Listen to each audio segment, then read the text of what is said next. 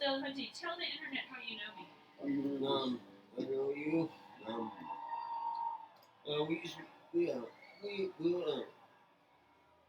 We were friends and roommates, and we met in about 2007.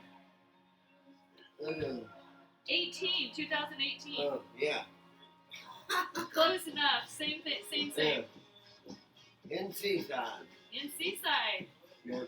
And it was that hippie house we lived at. We lived at the hippie house. It was the hippie house run by that California freak. The one who put the woman in the wheelchair for life with his DUI.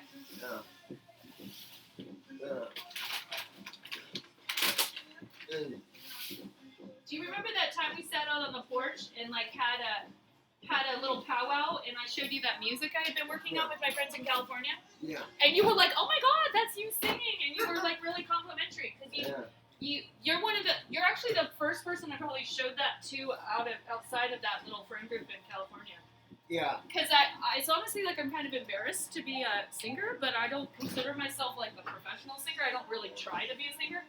But at the other end of it, I kind of know that was a quality. I think that was a quality jam session. Yeah. But it was the Haley's Comet session with Barry Goldberg and Nick Mayberry, who used to be my best friend before he kind of freaked on me. So here's my strangulation paperwork from Siska Carpe. You know, it's almost like I always say, if I'm going to get hit by a car, I'd rather it be a Mercedes or a Lexus. Like, you know, I'm kind of pricey. Like, I'm like... Yeah. It's not because I want to be hit by a car. And I'm like, if I'm going to be strangled by some guy, I guess I should be strangled by the lead singer of the Dr. Adrienne and the Animals. That might claim to fucking fame. Right. Like, women want to be fucked up by high-profile celebrity hipsters. Yeah. Fuck that. And, like, what do I do with the fact that I still think he's, like, adorable or some shit? What do you do with women who get Stockholm Syndrome for their abusers? I'm not sure. Counseling, I guess, man. Just counseling? Oh, God. I already need so much counseling. I don't know the answer. Yeah, victims assistance. The answer's up there. Make a crime report. Talk to Office Sergeant Litwin. Oh, yeah. Maybe Sergeant Litwin can fill my soul in lymph nodes. Yeah. Do you know the concept? Okay, like, our generation doesn't have a way of saying this, but the young generation call it edgelord. It's when a guy wants to freak around with you, but, like, not fuck you. But they want to, like, kind of torment you and tease you, or foreplay is what we would call it. Like, they want to do sort of, like, tease you, hold your hand, romantic, get you all, like, excited, but then not go anywhere with it, but they call it edgelording. So I guess he was, like, edgelording me for, like, 3 freaking weeks until he finally gets down to make out. He sort of kissed me, like, a couple of weeks ago, and then he's finally ready to make out, but he's drunk as a skunk. And I'm assuring him it's no big deal, we're friends, it's all cool, because I've laid the boundaries. Like, I'm not into your strangulation fetish, bro. Yeah. And I'm thinking he's going to remember and respect that. Yeah.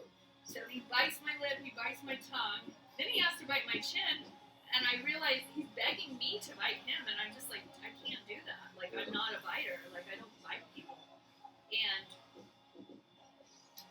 when he asked to bite my chin, I thought he meant like a kissy, smoochy, nuzzly thing. Yeah, like my ex-girlfriend was in the same thing. Oh, don't do it. Yeah. She liked it. Yeah, I wouldn't do it. I wouldn't go there. I'm cautioning all men. If a woman asks you to strangle her, say no. Yeah, no. Say no, because me to strangle her. It's a sign of abuse. I have so many guy friends. They've been abused. And they have a death wish, and they want you to be their murderer. Exactly. So, like, my homies who are falling into that trap, where's my remote? Okay. No, okay, so he puts his hand around, I noticed he does it a little bit, and then he does it like this hard time. He claims it wasn't hard. And then he tries to say, but you still wanted to like get down or like have sex or something after that. And I'm like, I'm still attracted to you, even though you're a violent motherfucker. They didn't. It's like that doesn't mean it was consensual. Yeah. Men are so clueless. and like the violence they wield when they're that bigger and stronger. Yeah. Like you're probably way less than me, but you're probably stronger than me. Yeah. And like we're alone, we're trusting each other, and you're not fucking me up, and I have you on a surveillance cam. Yeah.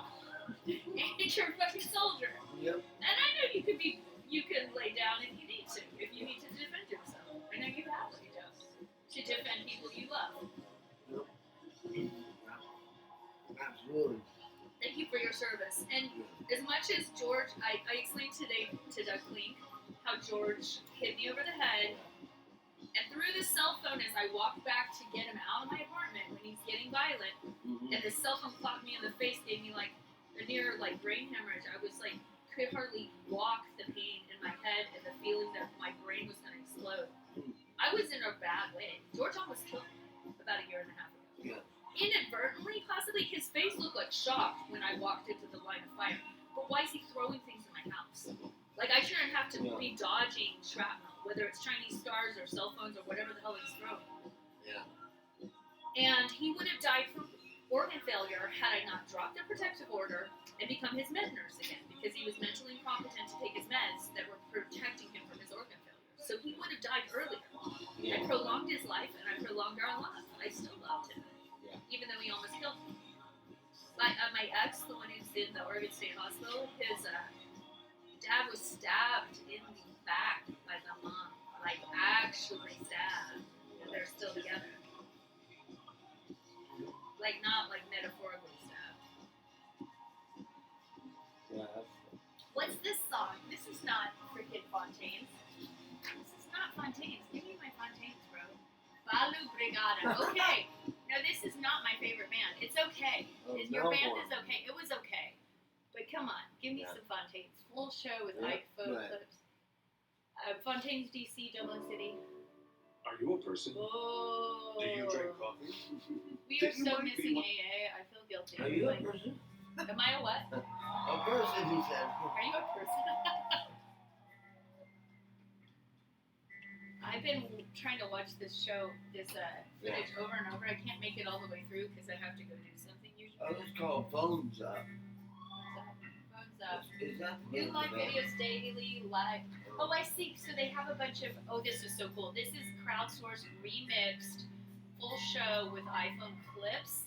So they're basically streaming the Fontaine show. Is this the Seattle show?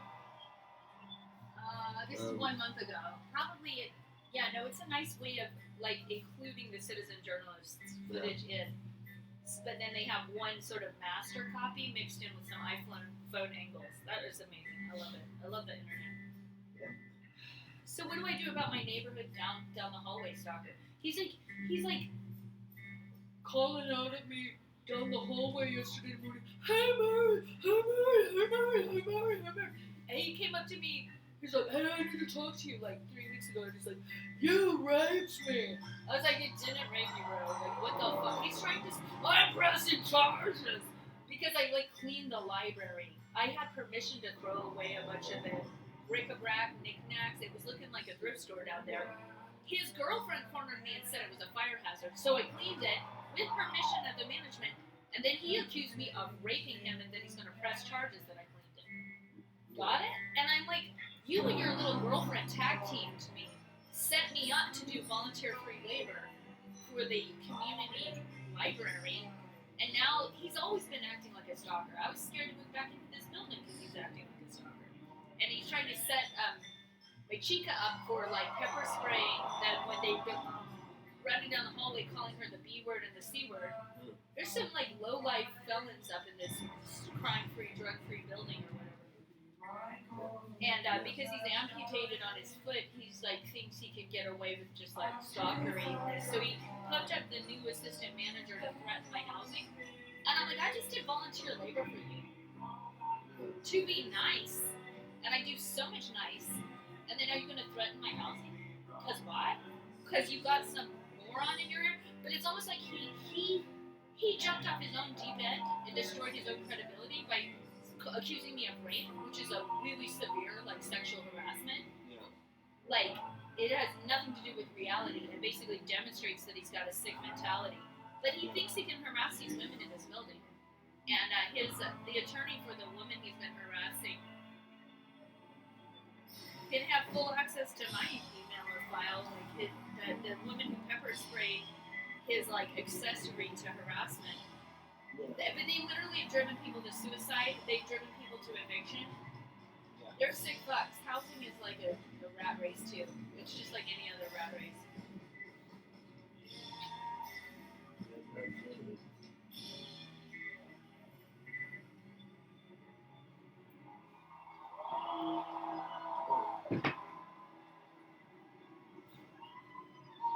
But on the bright side, when he was making up for like kissing, he was trying to kiss my ass. He's like a Gemini, right? You know how you guys play. So he's trying to kiss my ass after he got her to threaten my housing by giving me this Oscar de la Renta scarf. I got rid of the other ones, but I'm keeping the Oscar de la Renta vintage scarf. I'm sorry. Plus, I love beige and black. So I'm getting compliments on it. So thank you, Jamie. Or James, or whatever the hell your name is. Jim? Javanich? No, and I'm not going to war with an amputee. No. I don't. Like, the poor man is pretty old and sick. I'm like, he needs to just lay off trying to harass me. And he stopped dropping his beer cans at my door. I'm pretty sure he did it to covertly harass me. One time I came here with my really good-looking guy friend, and he comes to the door like, no, can I be listening at the door? And I'm like, dude, I'm busy. Like, no, I don't want to have a threesome. Fuck off. Like, why are you following me and some guy to my door? I mean, was he checking on my safety? Like, I'm not being taken hostage.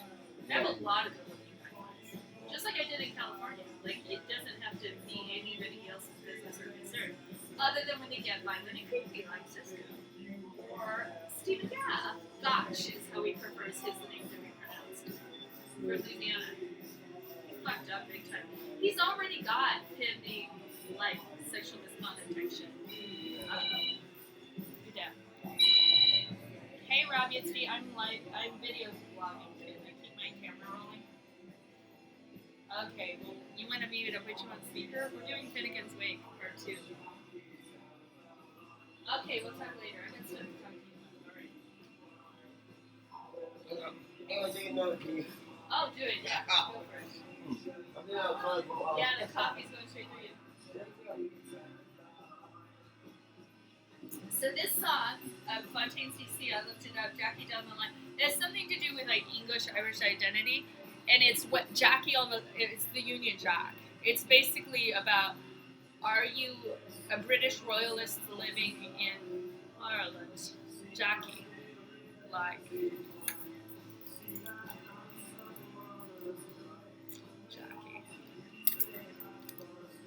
Jackie, the Union Jack. The sun, because he's a Brit who grew up in Ireland.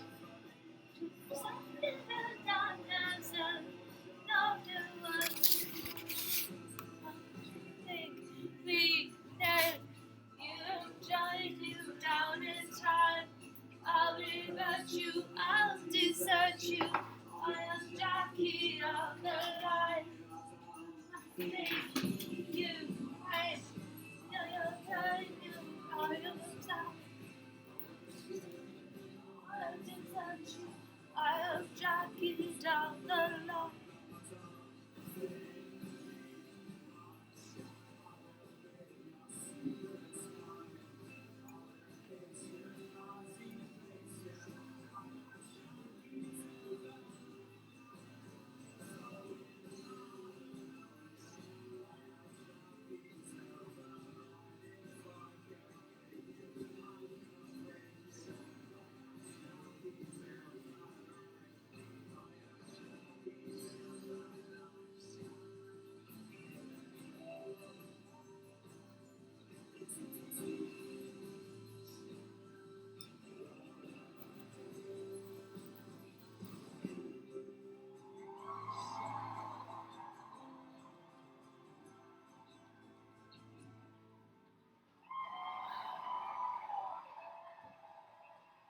To be honest, I'm embarrassed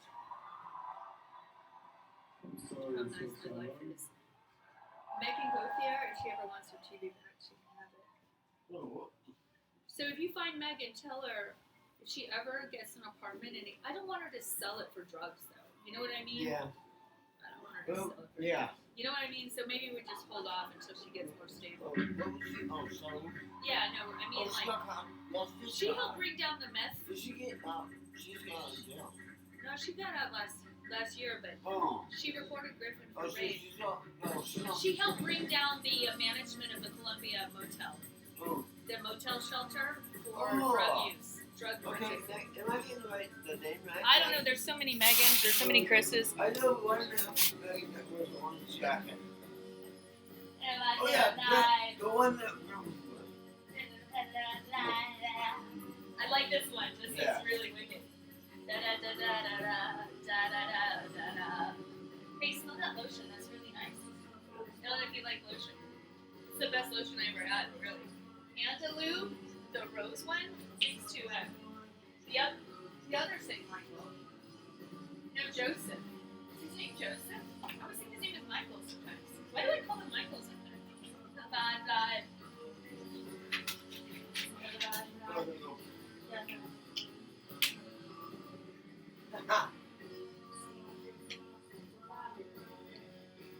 So I read Finnegan's Wake two times, no, one full time for sure.